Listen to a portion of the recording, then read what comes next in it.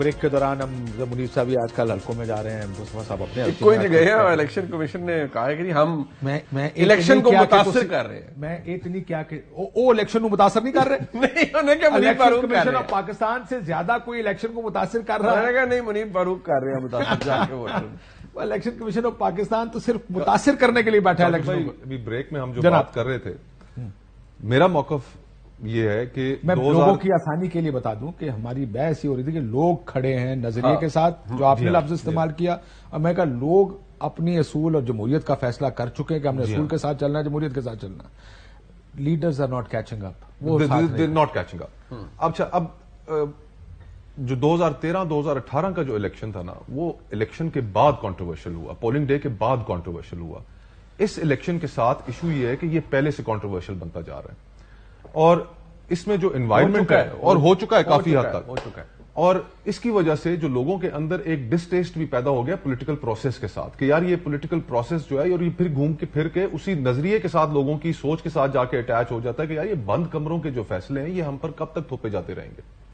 और लोग समझते हैं ये अब ये मुकम्मल आ गई है। देखें काशिफ भाई, मैं ये समझता हूं कि लोग दिन में 2-3 टॉक शोज देख लेते हैं यूट्यूब के ऊपर, जिसके पास टच फोन है वो बैठकर यूट्यूब के ऊपर प्रोग्राम देख लेता है। लोगों को आज के दौर में जो एक्सेस टू इंफॉर्मेशन है वो बहुत ज्यादा है, नंबर एक, और जो शऊर का जो लेवल है वो बड़ा ऊपर है।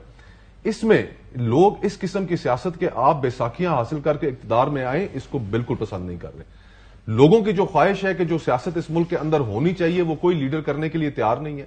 एक इक़्तिदार की वो जिस तरह शेख साहब कहते हैं कि वो, वैसे मुस्तफा साहब क्या बात ठीक होगी कि 2024 will be a test for everyone, हर इदारे का टेस्ट, फ्लाइंग कलर्स के साथ हम फेल हो रहे हैं उस टेस्ट में, हर कोई फ्लाइंग कलर्स। अदलिया का भी टेस्ट है, because now for the first time the whole country is now looking at इधर या उधर, everybody, I am saying not just them, हर एक के ऊपर। Let me add one point to this conversation. अभी कुछ अर्सा पहले ट्रांसपेरेंसी इंटरनेशनल का सर्वे आया ना, अदलिया की साख का आपको पता चल गया ना कि लोगों में क्या है। मोर ऑफ लोअर कोर्ट्स की साख ज्यादा खराब थी ना। नहीं, लोअर कोर्ट्स की, हमारे हायर कोर्ट ने कौन से तीर चलाए हैं? क्या हमारे हायर कोर्ट ने कौन से तीर चलाए हैं सर? आई मीन एक मौके पे आपको भाषण मिलते हैं कि पिटी द नेशन। मुझे रुलाना नहीं please.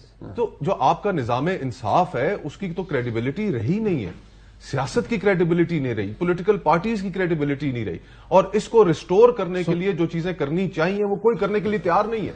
So mission accomplished. Sir मेरी बात you know what I mean? No, not really mission accomplished. No credibility means no. Nobody is interested. देखिए ना, अब ये मिशन अकम्प्लिश्ड वाली जो बात है, अब हम बाकी रीजन के ममालिक की तरफ भी तो देखें ना। अब ये 25 करोड़ का मुल्क है, अगर हमने यहां पर वापस घूम फिर के वहीं पे जाना है कि मिशन अकम्प्लिश्ड, तो फिर हम कहीं आगे तो नहीं बढ़ पाए ना। इंडिया को देखने कि क्या ये फायदेमंद है या नुकसानदेह है, ये एक अलग बहस है। बात सर, और आई एग्री विद यू कि यार अगर आगे चलना तो बस बहुत एक्सपेरिमेंट हो गए। और इसमें नुकता मेरा जो है वो ये है कि अगर आप इस तरह भी चीजों को चलने दें और उसको मिशन अकम्प्लिश तस्वुर ना करें, तो ऑर्गेनिकली इस माशरे के अंदर जान है कि जवाब आपको देगा। बट ऑर्गेनिकली हम चलने नहीं देना चाहते ना। देखें जहां पे कोई मकबूल होता है कहते उठा के बाहर फेंक दो, क्योंकि मकबूल हो गया तो आंखें दिखाएगा। प्रॉब्लम्स है ना, ये तो निजाम के मसाइल है ना। I don't think lack of leadership. क्या ये कि मैं उर्दू में बात कर दूं ताकि लोग समझ लें कि सवाल क्या है, कि ये इस जनरेशन को उर्दू में क्या कहेंगे भाई, नस्ल, इस नस्ल का मसला है, या आपको लगता है कि लीडरशिप की क्वालिटी हमारे पास नहीं है जो आप अपने कुर्सी से आगे देख सके? बसात एहतराम मैं इसमें एक तारीखी कॉन्टेक्स्ट में एक और चीज ऐड करना चाहूंगा कि 90 की दहाई की सियासत के बाद उस वक्त के मियां नवाज शरीफ साहब और शहीद बीबी वो इन्हीं मसाइल का शिकार रहे, और इवेंचुअली वो इस कंक्लूजन पर पहुंचे कि चार्टर ऑफ डेमोक्रेसी हमें फिर करना पड़ेगा। वो चार्टर ऑफ डेमोक्रेसी जब उन्होंने किया, उसके अंदर उन्होंने ये बाकायदा चीजें लिखी कि हम एस्टैब्लिशमेंट का कंधा इस्तेमाल करके इक्तदार में नहीं आएंगे। फिर क्या हुआ? तो फिर आगे चल के देखे ना, फिर आगे चल के मेमो गेट हुआ, फिर आगे चल के सबसे पहले अबूधाबी में मुलाकात, अबूधाबी में हुआ, फिर जब कहा गया था मुलाकातें नहीं करेंगे, तो एक सीक्रेट मुलाकात अबूधाबी में हुई, मामला तय हुए, memo gate scandal, memo gate हुआ सारा। गवर्नर रूल पंजाब में, उसमें पता प्रॉब्लम क्या थी?